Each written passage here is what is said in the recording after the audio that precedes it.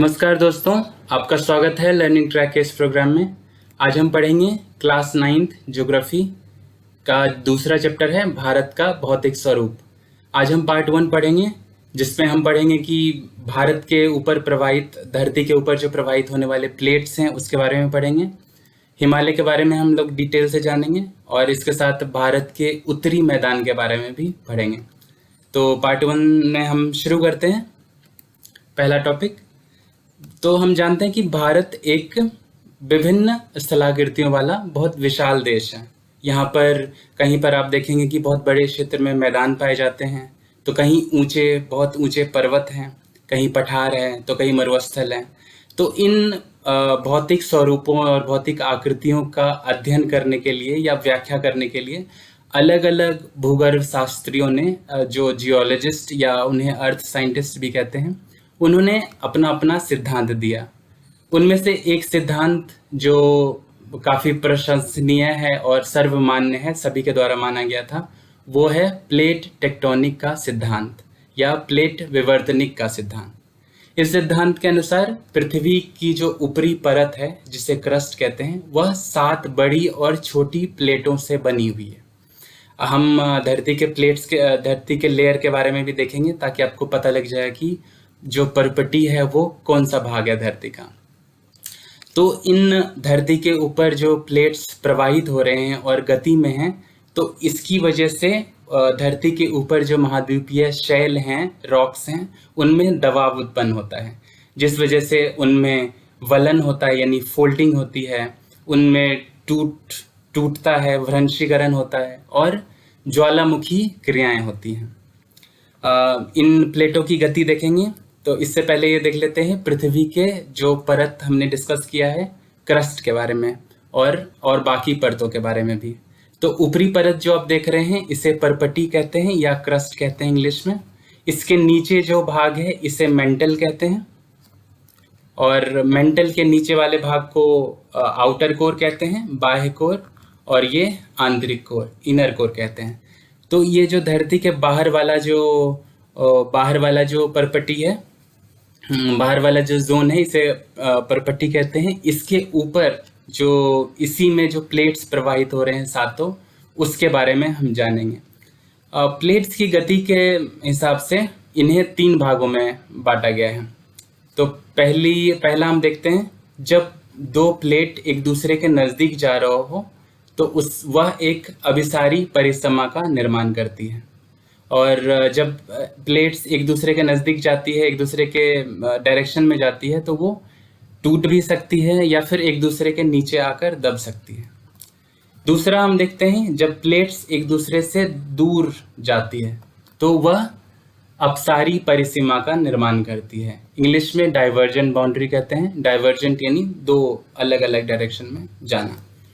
और कभी कभी ये प्लेट क्षैतिज दिशा में एक दूसरे के क्षैतिज दिशा में जाते हैं, यानी हॉरिजॉन्टल जाते हैं, वो इस तरह जाते हैं। तो इससे निर्माण जो होता है परिसीमा, उसे हम रूपांतर परिसीमा कहते हैं या ट्रांसफॉर्म बाउंड्री कहते हैं। अब देखें ये सातों प्लेट किस तरह से फैला हुआ है। ये प्रशांत महासागरीय प्लेट है, ये उत्तरी अमेरिका प्लेट है, ये दक्षिणी अमेरिका प्लेट है, ये अफ्रीकी प्लेट है, ये इंडो ऑस्ट्रेलियन प्लेट है, और ये यूरेशियन प्लेट है। ये एरो बता रहे हैं, ये जो एरो देख रहे हैं, ये बता रहे हैं कि ये प्लेट्स किस डायरेक्शन में प्रवाहित हो रहा है, किस दिशा में मूव कर रहा है। और ये आर्कटिक प्लेट है यहाँ पर। और ये जो इंडो ऑस्ट्रेलियन प्लेट देख रहे हैं, ये उत्तर और पूर्व की दिशा में प्रवाहित हो रहे हैं। तो आगे देखते हैं। हम लोग आज के टाइम में, प्रेजेंट टाइम में, हमारे पास जो वर्ल्ड मैप है वो कुछ इस तरह से है, जिसमें हम जो महाद्वीप हम देख रहे हैं सब अपने अपने जगह पे है। ये उत्तरी अमेरिका है, ये साउथ अमेरिका है, ये अफ्रीका है, ये यूरोप है, ये एशिया है, ये ऑस्ट्रेलिया है, और ये अंटार्कटिका है। ये अपने अपने जगह पे है। लेकिन लाखों वर्ष पहले, मिलियंस ऑफ ईयर्स अगो, ये इस तरह से नहीं था। तो ये किस तरह से था वो हम देखते हैं। तो 240 मिलियन से 300 मिलियन साल पहले ये कुछ इस तरह से था, जिसमें आप देख रहे हैं कि सभी महाद्वीप एक दूसरे से जुड़े हुए हैं। और ये जो कॉन्टिनेंट इस तरह से जुड़े हुए हैं, इन्हें कॉन्टिनेंट का समूह है, इस वजह से इन्हें सुपर कॉन्टिनेंट भी कहा जाता है। और इस सुपर कॉन्टिनेंट को, ये जो सारे समूह हैं द्वीप महाद्वीपों का, इसे पेंजिया के नाम से जानते हैं। पेंजिया दो लैटिन शब्दों से बना है, पेन और जिया। पेन का मतलब होता है संपूर्ण या कंप्लीट या ऑल। जिया का मतलब होता है अर्थ। तो इस तरह से पेंजिया का मतलब होता है संपूर्ण धरती। तो आप देख रहे हैं कि सारा महाद्वीप एक जगह है, इस वजह से इसे पेंजिया कहते हैं। और इसके चारों तरफ जो सागर उस टाइम था, उसका नाम था पैंथालासा। तो आगे देखते हैं पेंजिया फिर किस तरह से कुछ मिलियंस जब साल बीतता है तो किस तरह से टूटता है। तो ये हम लगभग 200 मिलियन साल पहले ये टूटकर इस तरह से बट गया। दक्षिण में गोंडवाना भूमि, गोंडवाना लैंड, और ऊपर जो था ये अंगारा भूमि, इसे लॉरेशिया भी के नाम से जानते हैं, इन दो भागों में बट गया। और बीच में टेथिस सागर था। आगे देखते हैं, ये भारत और ऑस्ट्रेलियन प्लेट है और ये यूरेशियन प्लेट है। तो हम समझेंगे कि हिमालय का निर्माण कैसे हुआ। तो भारत और ऑस्ट्रेलियन प्लेट और यूरेशियन प्लेट के बीच में ये टेथिस सागर था, और टेथिस सागर में यूरेशियन प्लेट से जो प्रवाहित होने वाली नदियां थी, और भारत ऑस्ट्रेलिया की जो प्लेट है, इधर से जो प्रवाहित होने वाली नदियां थी, दोनों ही अवसाद और जो बालू मलबा होते हैं वो इसमें टेथिस सागर में इकट्ठा करते गए, जिस वजह से टेथिस सागर में बहुत ज़्यादा मलबा और अवसाद इकट्ठा होता गया। यह लाखों वर्षों तक यहाँ पर मलबा इकट्ठा होता गया, और ये अवसाद लाखों वर्षों में बहुत ज़्यादा इकट्ठा हो गया, और ये दब दब कर, लाखों वर्षों में दब दब कर ये चट्टान के रूप में परिवर्तित हो गया। तो इस वजह से जब ये भारत और ऑस्ट्रेलियन जो प्लेट है ये प्रवाहित हो रही है तब से, तो ये जब उत्तर पूर्व की दिशा में प्रवाहित हो रहा था और यूरेशियन प्लेट से टकराता है, तो टेथिस सागर में जो मलबा जमा हुआ था, जो चट्टान का रूप ले चुका था, वह ऊपर की तरफ फोल्ड होकर, मुड़कर उठ जाता है और एक पर्वत श्रेणी का निर्माण करता है। उसे ही हिमालय कहते हैं, उसे ही आज हिमालय के नाम से जानते हैं। यह हिमालय पश्चिम से लेकर पूर्व दिशा में फैले हुए विश्व की सबसे ऊंची श्रेणी है। आगे देखते हैं, ये देख लेते हैं कि भारत में भौगोलिक जो भू आकृतियों का किस तरह से वितरण हो रखा है। तो वो हिमालय पर्वत श्रृंखला है, यहाँ से आप देख रहे हैं। फिर उत्तरी मैदान, हिमालय के नीचे उत्तरी मैदान फैला हुआ है। फिर प्रायद्वीपीय पठार इस एरिया में है, साउथ एरिया में, और कुछ मध्य में। भारतीय मरुस्थल है जो राजस्थान वाले क्षेत्र में है। तटीय मैदान है यहाँ पर, और द्वीप समूह है। इन सब के बारे में डिटेल से पढ़ेंगे। पहले हम हिमालय के बारे में देखते हैं। तो ये 3 श्रेणी आप देख रहे हैं, ये काराकोरम पर्वत श्रेणी है, ये लद्दाख पर्वत श्रेणी है, और ये जास्कर पर्वत श्रेणी है, जो कि ट्रांस हिमालय या प्राचीन हिमालय के अंतर्गत आता है। तो ये काराकोरम जो रेंज है, पहाड़ी है, पर्वत श्रृंखला है, इस पर एक चोटी है जिसका नाम K2 है, उसे गॉडविन ऑस्टिन के नाम से भी जानते हैं। और ये लद्दाख और जास्कर के बीच जो ये आप देख रहे हैं, ये नदी, इसका नाम सिंधु नदी है। यह यहाँ से प्रवाहित होकर पाकिस्तान में पाकिस्तान की तरफ प्रवाहित हो जाती है। लद्दाख और जास्कर के बीच में लेह भी स्थित है। इसे ट्रांस हिमालय कहते हैं या प्राचीन हिमालय कहते हैं। इसे प्राचीन हिमालय इसलिए कहते हैं क्योंकि यह टेथिस सागर में जमा मलबे के ऊपर उठने से नहीं हुआ है, ये 2 प्लेटों के टकराने से नहीं हुआ है, बल्कि ये यूरेशियन प्लेट पर पहले से ही स्थित था। इस वजह से इसे प्राचीन हिमालय कहते हैं। अब हिमालय के मुख्य भाग को देखते हैं, जो टेथिस सागर में जमे मलबे के ऊपर उठने से, फोल्ड होकर बनने से हुआ है। उसका जो सबसे ऊंचे शिखर वाला ये जो पर्वत श्रेणी है, उसका नाम है महान हिमालय या हिमाद्री। इंग्लिश में ग्रेटर हिमालय कहते हैं, या इनर आंतरिक हिमालय भी कहते हैं इसे। तो यह 2400 किलोमीटर तक फैला हुआ है। यहाँ सिंधु नदी से लेकर पूरब में ब्रह्मपुत्र नदी तक फैला हुआ है। जम्मू कश्मीर में इसकी चौड़ाई जो है वो लगभग 400 किलोमीटर है, और अरुणाचल प्रदेश में इसकी चौड़ाई 150 किलोमीटर है। और हिमालय जब पाकिस्तान के क्षेत्र में जाता है तो इस पाकिस्तान के क्षेत्र में इसे सुलेमान पर्वत श्रेणी कहते हैं, और अफगानिस्तान वाले क्षेत्र में हिमालय को हिंदू कुश पर्वत श्रेणी कहते हैं। जबकि इधर आप देख रहे हैं यहाँ म्यांमार है, म्यांमार वाले क्षेत्र में हिमालय को अराकान योमा पर्वत कहते हैं। और हिमालय का ये महान हिमालय है, यहाँ पर ब्रह्मपुत्र नदी का जो सीमा है यहाँ से दक्षिण की तरफ तीखे मोड़ से मुड़ जाती है। और ये वाला पोर्शन हिमालय का पूर्वांचल या पूर्वी पहाड़ी कहते हैं, पूर्वी पहाड़ी पर्वत श्रृंखला कहते हैं।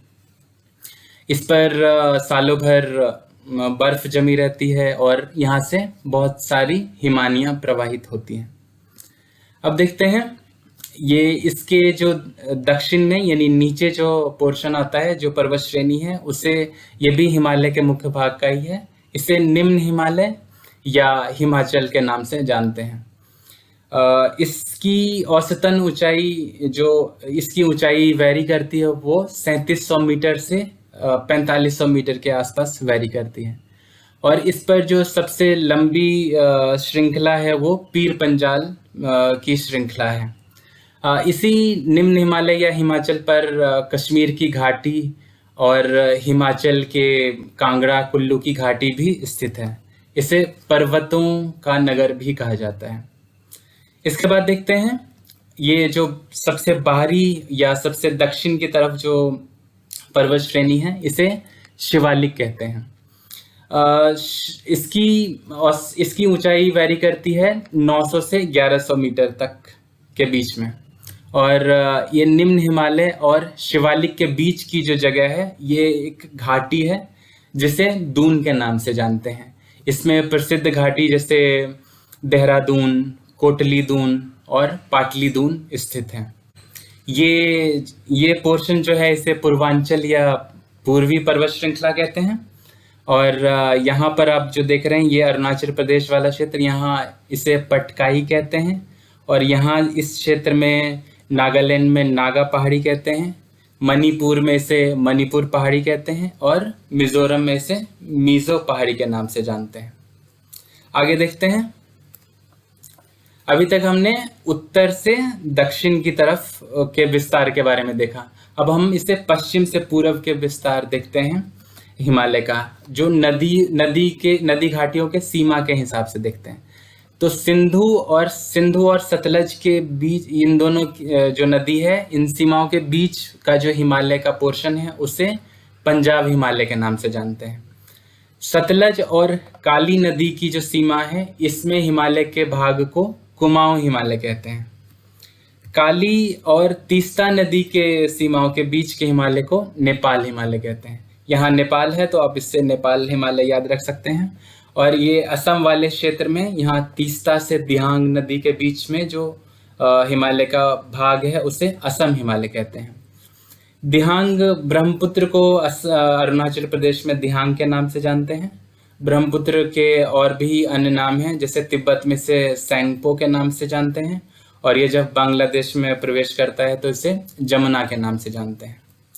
तो इस तरह से आपने देखा कि नदी घाटियों के सीमाओं के हिसाब से हिमालय को 4 भागों में बांटा गया है। ये पंजाब वाला क्षेत्र, इसे पंजाब हिमालय।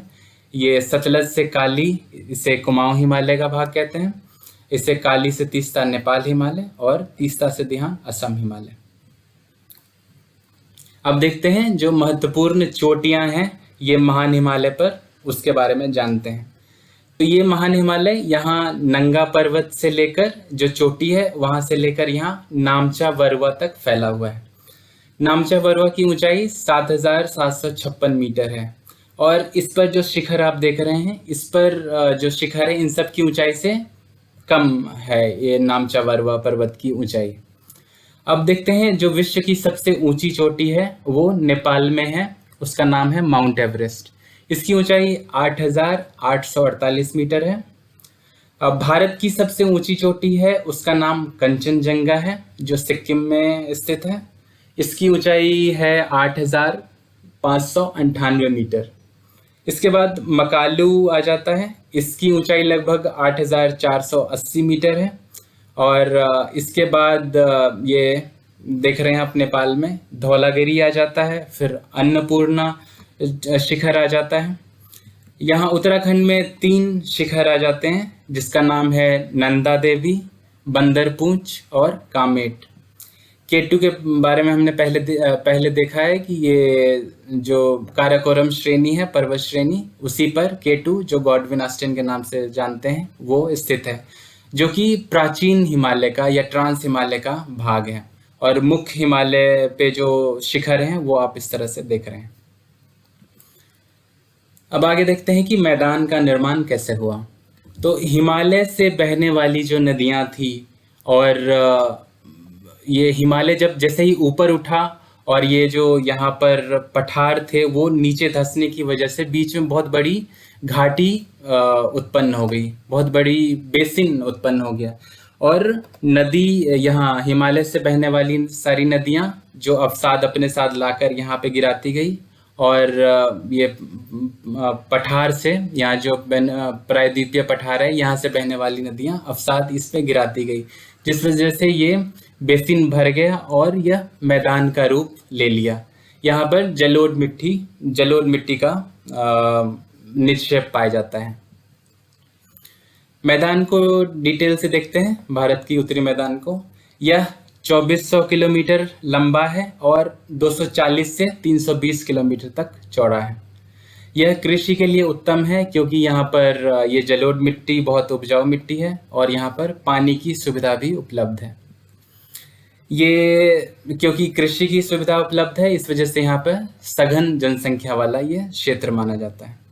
और यह 7 लाख वर्ग किलोमीटर में फैला हुआ है। अब देखते हैं कि 3 भागों में उत्तरी मैदान फैला हुआ है। इस भाग को पंजाब का मैदान कहते हैं, जिसका ज़्यादातर हिस्सा पाकिस्तान में पड़ता है। और उसके बाद ये गंगा का मैदान आ जाता है, जो कि दिल्ली, हरियाणा, उत्तर प्रदेश, बिहार, झारखंड के कुछ क्षेत्र और पश्चिम बंगाल तक फैला हुआ है। और ये वाला जो आप मैदान देख रहे हैं, इसे हम ब्रह्मपुत्र का मैदान कहते हैं, जो असम वाले क्षेत्र में मुख्यतः फैला हुआ है।